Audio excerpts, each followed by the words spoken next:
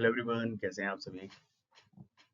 Hello everyone, कैसे हैं आप सभी। I hope you all are doing great. और जैसा कि मैंने आपसे बोला था कि हम जैसे जैसे चैप्टर्स कवर करेंगे उसका एक प्रीवियस ईयर क्वेश्चन पेपर जो है वो सॉल्व करेंगे, राइट। तो ये चैप्टर वाइज रहेगा, काफ़ी सारे प्रीवियस ईयर पेपर से मिलके एक चैप्टर के कुछ क्वेश्चन जो है जो इम्पोर्टेंट है, राइट, या जो फ्रीक्वेंटली पूछे गए हैं उससे मैंने बनाए हैं। तो अभी फिलहाल जो मैं आपके साथ डिस्कशन करूंगा वो 14 क्वेश्चंस का रहेगा और ये 14 क्वेश्चंस इंपॉर्टेंट है। और एक और इम्पॉर्टेंट चीज़, आज लाइव सेशन बायो 11th के लिए नहीं होगा, राइट। और कल मंडे है, कल से हम लोग फिर अगेन शुरू करेंगे बायोलॉजी 11th का सेशन, जिसका नोटिफिकेशन जैसे मैं देता हूँ वो आपको मिल जाएगा, राइट। तो ज़्यादा से ज़्यादा इस लिंक को अपने दोस्तों के साथ, अपने भाई बहनों के साथ शेयर करें जो कि बायोलॉजी पढ़ते हैं, राइट, या जो आगे प्रिपरेशन कर रहे हैं, ठीक। तो यहाँ पर जो भी प्रीवियस ईयर के क्वेश्चन है, फिलहाल इस पर्टिकुलर पेपर के अंदर मैंने नीट के क्वेश्चंस सिलेक्ट करे हैं। इसके अलावा देखिए होता क्या है, आपका एनसीईआरटी एक बेस है, राइट।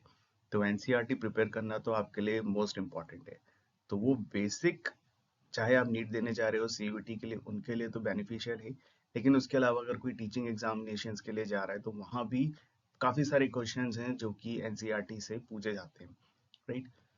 तो क्वेश्चंस तो नहीं बदल जाएंगे, राइट। जो कॉन्टेक्स्ट होगा वो तो नहीं बदल जाएगा, तो उसके लिए भी प्रैक्टिस अगर आप नीट क्वेश्चन से भी कर रहे हो तो वो गलत नहीं है, वो सही है, वो आपको बेनिफिट ही करेगा, ठीक है। तो चलते हैं अपने आज की एक्सरसाइज की तरफ, और सब्सक्राइब और शेयर जरूर करिएगा, राइट, इस सेशन को लोगों के साथ। तो चलो पहला क्वेश्चन हम लोग देख लेते हैं, राइट। यहाँ पे आपका फर्स्ट क्वेश्चन है, which is the important site of formation of glycoproteins and glycolipids in eukaryotic cells। तो यहाँ पे इसका आंसर क्या होगा। देखो पॉलीजोम्स बेसिकली प्रोकैरियोट्स में होते हैं, राइट। प्रोकैरियोट्स में होते हैं बेसिकली, ये लॉन्ग चेन ऑफ राइबोसोम्स आप कह सकते हो। एंडोप्लाज्मिक रेटिकुलम ये एंडोमेम्ब्रेन सिस्टम्स का में ही आता है, लेकिन एंडोप्लाज्मिक रेटिकुलम के अंदर हमारे आरईआर आ जाते हैं, एसईआर आ जाते हैं, राइट। और पेरोक्सिसोम्स क्या होते हैं, ये माइक्रो बॉडीज होती हैं। लेकिन ये जो गोल्जी बॉडीज हैं ये एंडोमेम्ब्रेन सिस्टम भी होता है, ठीक है। ये इसमें एक बहुत इंपॉर्टेंट चीज होती है सिस एंड ट्रांस, जो इसके बेसिकली जो शेप्स हैं, एलोंगेटेड शेप्स जो होते हैं ना, तो वो शेप्स इसके कॉन्वेक्स एंड कॉनकेव फॉर्म में होते हैं। तो वो शेप्स जो है इंपॉर्टेंट रोल प्ले करते हैं, जिनको सिस एंड ट्रांस बोलते हैं। सिस फॉर्मिंग फेस होता है, ठीक है, फॉर्मिंग फेस होता है। और ट्रांस जो होता है मैच्योर फेस होता है या मैच्योरिंग फेस होता है। तो ये भी पॉइंट इंपॉर्टेंट याद रखिएगा। और साथ ही साथ गोल्जी बॉडीज क्या करते हैं, पैकेजिंग में काम करते हैं। और जो मोस्ट इंपॉर्टेंट जो इस क्वेश्चन में पूछा गया है कि they are the important site of formation of glycoprotein and glycolipids, तो यस, गोल्जी बॉडीज ही वो साइट्स होती हैं जो ये काम करती हैं, ठीक है। तो फर्स्ट क्वेश्चन का आंसर है हमारा गोल्जी बॉडीज, ठीक। नेक्स्ट क्वेश्चन पे अगर हम आते हैं, विच of the following statement about inclusion body is incorrect. Inclusion bodies देखो प्रोकैरियोट्स में प्रेजेंट होती हैं, तो यहाँ पे तुम्हें इनकरेक्ट स्टेटमेंट फाइंड आउट करना है। तो देखो फर्स्ट स्टेटमेंट है, these represent reserve material in cytoplasm. Yes, ये रिजर्व मटेरियल रिप्रेजेंट करते हैं साइटोप्लाज्म के अंदर। They are not bound by any membrane. हाँ, ये लैक करते हैं मेम्ब्रेन, ठीक है। These are involved in ingestion of food particles। ingestion of food particles का मतलब क्या हुआ, फेगोसाइटोसिस, ठीक है। तो फेगोसाइटोसिस मेम्ब्रेन स्ट्रक्चर्स के थ्रू होती है और ये मेम्ब्रेन पे लैक करता है। और फोर्थ ऑप्शन हुआ, they lie free in the cytoplasm. Yes, ये फ्रीली प्रेजेंट होते हैं इन द साइटोप्लाज्म, जैसा कि हमने बोला कि मेम्ब्रेन बॉन्ड स्ट्रक्चर्स नहीं होते हैं इसमें। तो यहाँ पे जो इसका करेक्ट आंसर है that is third, these are involve in ingestion of food particles, ठीक है। तो हमसे इनकरेक्ट स्टेटमेंट पूछा है, तो ये स्टेटमेंट इंक्लूजन बॉडीज के लिए गलत है, बाकी रेस्ट ऑफ 1 to 4 सही है। नेक्स्ट क्वेश्चन है, the DNA present in chloroplast is. Basically DNA बताना है कि किस तरीके का डीएनए प्रेजेंट होता है क्लोरोप्लास्ट के अंदर। तो क्या ये सर्कुलर सिंगल स्टैंडर्ड है या लीनियर डबल स्टैंडर्ड है, सर्कुलर डबल स्टैंडर्ड है या लीनियर सिंगल स्टैंडर्ड है। तो यहाँ पे इसका करेक्ट आंसर है सर्कुलर डबल स्टैंडर्ड, ठीक है। सर्कुलर डबल स्टैंडर्ड आपका माइटोकॉन्ड्रिया में भी प्रेजेंट होता है। और माइटोकॉन्ड्रिया और क्लोरोप्लास्ट के अंदर 70s राइबोसोम्स होते हैं जो कि सेम प्रोकैरियोट्स में भी होते हैं। ठीक है, ये याद रखना। नेक्स्ट है स्टेटमेंट 1। ठीक है, स्टेटमेंट 1 एंड स्टेटमेंट 2 के बेसिस पे आपको बताना है कि कौन सा स्टेटमेंट इसमें सही है। ठीक है, तो first statement is mitochondria and chloroplast are both double membrane bound structures या organelles. Second statement in inner membrane of mitochondria is relatively less permeable as compare to chloroplast. तो यस, ये दोनों स्टेटमेंट्स जो हैं इन दोनों ऑर्गेनेल्स के लिए सही है। माइटोकॉन्ड्रिया लेस परमिएबल होती है compare to chloroplast, and both organelles they are double membrane bound structure. ठीक है, तो both the statement are correct. Statement 1 is incorrect and statement 2 is correct. Both statement 1 and statement 2 are correct. ठीक, next question है question number 5। Read the following statements के। Again statement based है और यहाँ पे आपको चूज करना है correct answer from the option given below. तो first is in prokaryotes ribosomes are associated with the plasma membrane of the cell. ठीक है, नेक्स्ट है आपका, देखो, ribosomes are made of 50s and 20s subunits which when present together form 70s prokaryotic ribosomes। अभी मैंने आपको just बताया कि उसमें 70s तो होता है, लेकिन 70s में स्मॉल एंड लार्ज सब यूनिट्स जो होती हैं वो 50s एंड 30s के फॉर्म में होती हैं। तो ये 50 एंड 20 दिया है, तो ये स्टेटमेंट तो गलत है। नेक्स्ट है ribosomes are the site of protein synthesis. Yes, ribosomes जो होती हैं they are the site of protein synthesis. और लास्ट स्टेटमेंट है ribosomes of a polysomes translate the mRNA into protein. हाँ, जो बेसिकली पॉलीसोम्स है, ठीक है, जो पॉलीसोम्स है ये बनते ही एमआरएनए से। ठीक है, और एमआरएनए जिनको हम बोलते हैं पॉलीसिस्ट्रॉन्स, पॉलीसिस्ट्रॉन से पॉलीराइबोसोम्स फॉर्म होते हैं। तो यहाँ पे हमें करेक्ट स्टेटमेंट्स कौन कौन से मिले। हमारा first statement in prokaryote ribosomes are associated with the plasma membrane of the cell. Associated with the plasma, देखो राइबोसोम्स में भी ना प्लाज्मा मेम्ब्रेन तो नहीं होती है। ठीक है, दे लैक प्लाज्मा मेम्ब्रेन, लेकिन ये फ्रीली प्रेजेंट होते हैं इन द साइटोप्लाज्मा। ठीक है, तो यहाँ पे जो करेक्ट स्टेटमेंट है आपके सी है एंड डी है। ठीक, नेक्स्ट है which of these are example of passive transport. Passive transport basically क्या होता है, जहाँ पे एनर्जी इज नॉट रिक्वायर्ड। ठीक है, ट्रांसपोर्टेशन में एनर्जी इज नॉट रिक्वायर्ड। तो ये simple diffusion and osmosis process को कहा जाता है। तो यहाँ पे सिंपल डिफ्यूजन एंड ऑस्मोसिस इसके एग्जांपल है, और साथ ही साथ में फैसिलिटेटेड डिफ्यूजन भी पैसिव ट्रांसपोर्टेशन के अंदर आता है। वेयरएज ये एंडोसाइटोसिस और सिंपोर्ट ये आपका आता है एक्टिव ट्रांसपोर्ट के अंदर। ठीक, नेक्स्ट है movement and accumulation of iron across membrane against their concentration gradient can be explained by movement and accumulation of ions across a membrane against their concentration gradient।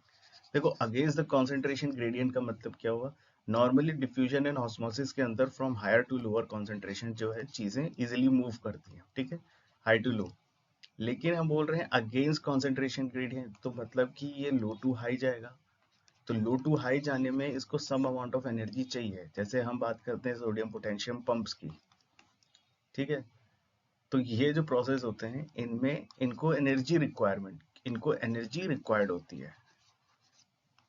तो यहाँ पर इसका करेक्ट आंसर है active transport. ठीक है, whereas अभी facilitated diffusion, passive transport and osmosis ये तीनों के तीनों प्रोसेस वो हैं जो कि जिनको एनर्जी रिक्वायरमेंट नहीं है and they are simple diffusion और ऑस्मोसिस प्रोसेस। ठीक है, और एक्टिव ट्रांसपोर्ट के अंदर इनको कैरियर प्रोटीन्स चाहिए होते हैं।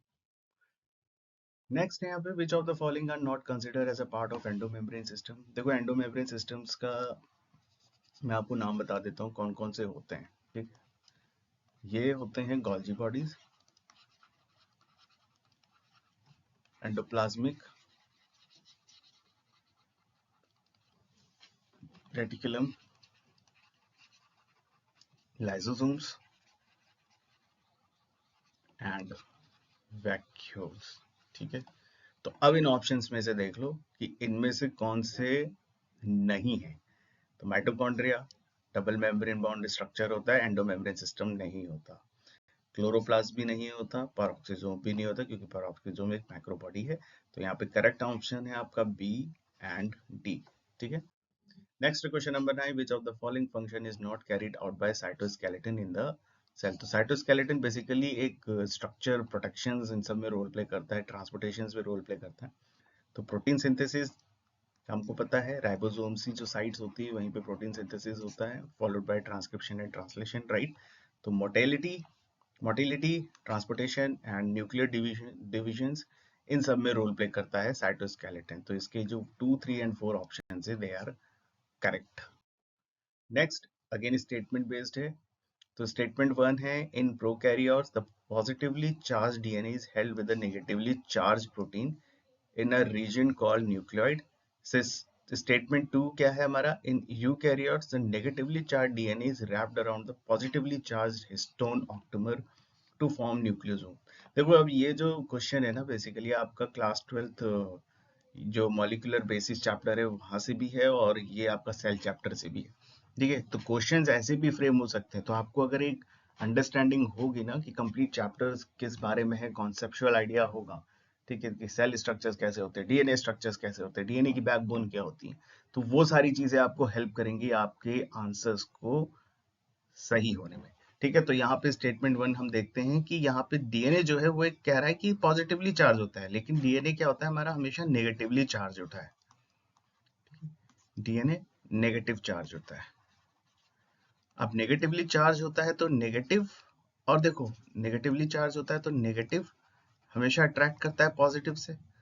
तो नेगेटिव पॉजिटिव कैसे अट्रैक्ट करेगा, यहाँ पे डीएनए नेगेटिव चार्ज है, और जो जैसे हम पढ़ रहे हैं कि जो हिस्टोन ऑक्टोमर्स हैं, बेसिकली जो प्रोटीन्स हैं, ठीक है, जिसके अराउंड ये न्यूक्लियस जो है ये बाइंड करता है।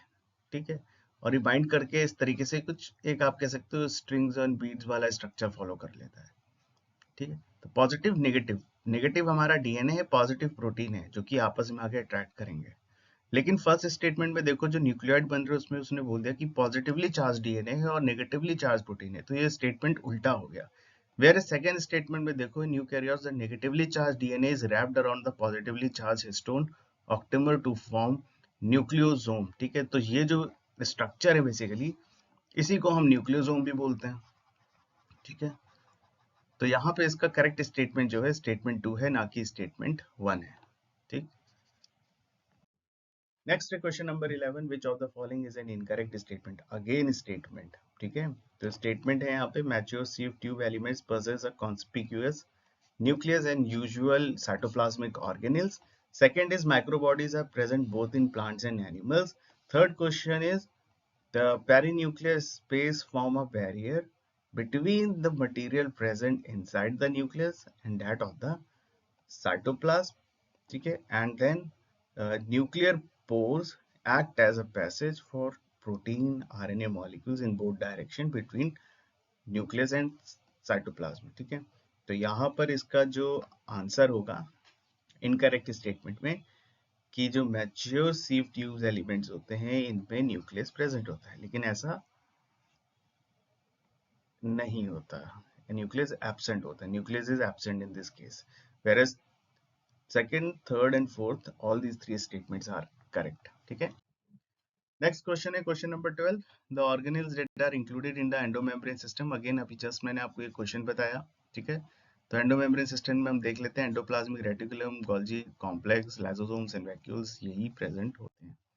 क्वेश्चन नंबर 13 की तरफ आते हैं, identify the type of cell junctions that help to stop the leakage of substance across the tissues and facilitation of communication with neighboring cell via rapid transport of ions and molecules। तो rapid transportation कैसे होगा, gap junctions के through होता है। ठीक है, और जो लीकेज स्टॉप करेगा, ठीक है, stop the leakage of substances across the tissues, ये करता है tight junction, TIGHT, tight junctions and gap junctions. तो यहाँ पे tight junction and gap junction जो है इसका करेक्ट आंसर है। आज का लास्ट क्वेश्चन है हमारा, मैच द फॉलोइंग, राइट। तो मैच द फॉलोइंग के अंदर nucleus, centrioles, leucoplast, Golgi apparatus, exonym, Crysta and satellite आपको दिए गए हैं एक तरफ। ठीक है, तो मैं यहाँ पे इसकी मार्किंग कर देता हूँ 1 2 3। ये बेसिकली आपके दो अलग अलग क्वेश्चन थे, तो काफी सारे पॉइंट सेम थे, तो मैंने इसको एक ही क्वेश्चन बना के आपसे पूछा है। ठीक है, चलो करते हैं। यहाँ पे देखो सबसे पहला है न्यूक्लियोलस। अब न्यूक्लियोलस किसका पार्ट होता है? न्यूक्लियस का। और न्यूक्लियस के अंदर क्या होती है? Transcription and translation process. तो ये क्या करते हैं बेसिकली, प्राइमरी साइट्स है ना प्रोटीन सिंथेसिस की, तो आरआरएनए की साइट्स हैं ये, एक्टिव आरआरएनए की साइट है। तो फर्स्ट का न्यूक्लियोलस हो गया एक्टिव आरआरएनए साइट। सेकेंड है सेंट्रियोल्स। अब देखो सेंट्रियोल्स का अगर आपने वीडियोस देखा था तो सेंट्रियोल्स के मैंने आपको बताए थे कि इस तरीके से कार्टविल लाइक स्ट्रक्चर्स होते हैं जो कि 90 डिग्री पे इस तरीके से अरेंज्ड होते हैं, है ना। तो जो सेंट्रियोल्स हैं ये, इसका ऑप्शन हो गया कार्टविल। ल्यूकोप्लास्ट स्टोर करता है फूड को, या हम इसको फूड रिजर्वायर कहते हैं। 3 पार्ट्स हमने पढ़े थे इसके, राइट, जो कि ऑयल्स, फैट्स एंड प्रोटीन्स को, ऑयल्स, प्रोटीन्स एंड कार्बोहाइड्रेट्स को स्टोर करता है, राइट। तो ल्यूकोप्लास्ट के अंदर आ जाएगा स्टोर न्यूट्रिएंट्स, थर्ड। फिर है आपका गोल्जी एपरेटस। गोल्जी एपरेटस में हमने फर्स्ट क्वेश्चन जो देखा था ना, ग्लाइकोलिपिड्स एंड ग्लाइकोप्रोटीन्स। तो एंडोमेम्ब्रेन सिस्टम है जो कि ग्लाइकोलिपिड्स की फॉर्मेशन साइट्स हैं। इसके बाद एक्सोनिम। एक्सोनिम में आपने फ्लैजिला स्ट्रक्चर के अंदर 9+2 एरे देखा होगा, माइक्रो ट्यूब्यूल स्ट्रक्चर्स होते हैं। तो ये मोटिलिटी में जो हेल्प करते हैं, जो स्ट्रक्चर प्रोवाइड कर रहे हैं, एक फ्रेमवर्क प्रोवाइड कर रहे हैं किसको? फ्लैजिला को। तो वो एक्सोनिम एरेज हैं जो कि रेडियली एंड सेंट्रली अरेंज्ड होते हैं 9+2 एरेज के फॉर्म में। ठीक है, तो ये आपका हो गया ऑप्शन नंबर 5। क्रिस्टा। क्रिस्टा और क्रिस्टे हम पढ़ते हैं माइटोकॉन्ड्रिया की इनर फोल्डिंग्स में, जहाँ पे वो सरफेस एरिया को इंक्रीज करता है, राइट, सेलुलर रेस्पिरेशंस के लिए। उसके बाद है सैटेलाइट। सैटेलाइट जो है, satellite is a part of chromosomes. ठीक है, तो 7th लास्ट का हमारा क्रोमोसोम्स हो जाता है। तो ये था आज के वीडियो में। आई होप आज के 14 क्वेश्चंस आपको, आपने भी करे होंगे, तो आपने भी एनालिसिस करी होगी, आपको कितना अच्छे से आ रहा है ना। इसके अलावा अगर आपको वीडियो पसंद आया होगा तो लाइक शेयर सब्सक्राइब जरूर करिएगा, और साथ ही अपने साथ साथ के लोगों के साथ तो जरूर शेयर करिएगा जो भी बायोलॉजी या एस्पायरेंट है नीट के या सीयूईटी के, किसी भी अंडर ग्रेजुएट एग्जाम्स में लाइफ साइंस के फील्ड या स्ट्रीम से। ठीक है, तो मिलते हैं आपसे नई वीडियो में। Till then take care and all the best.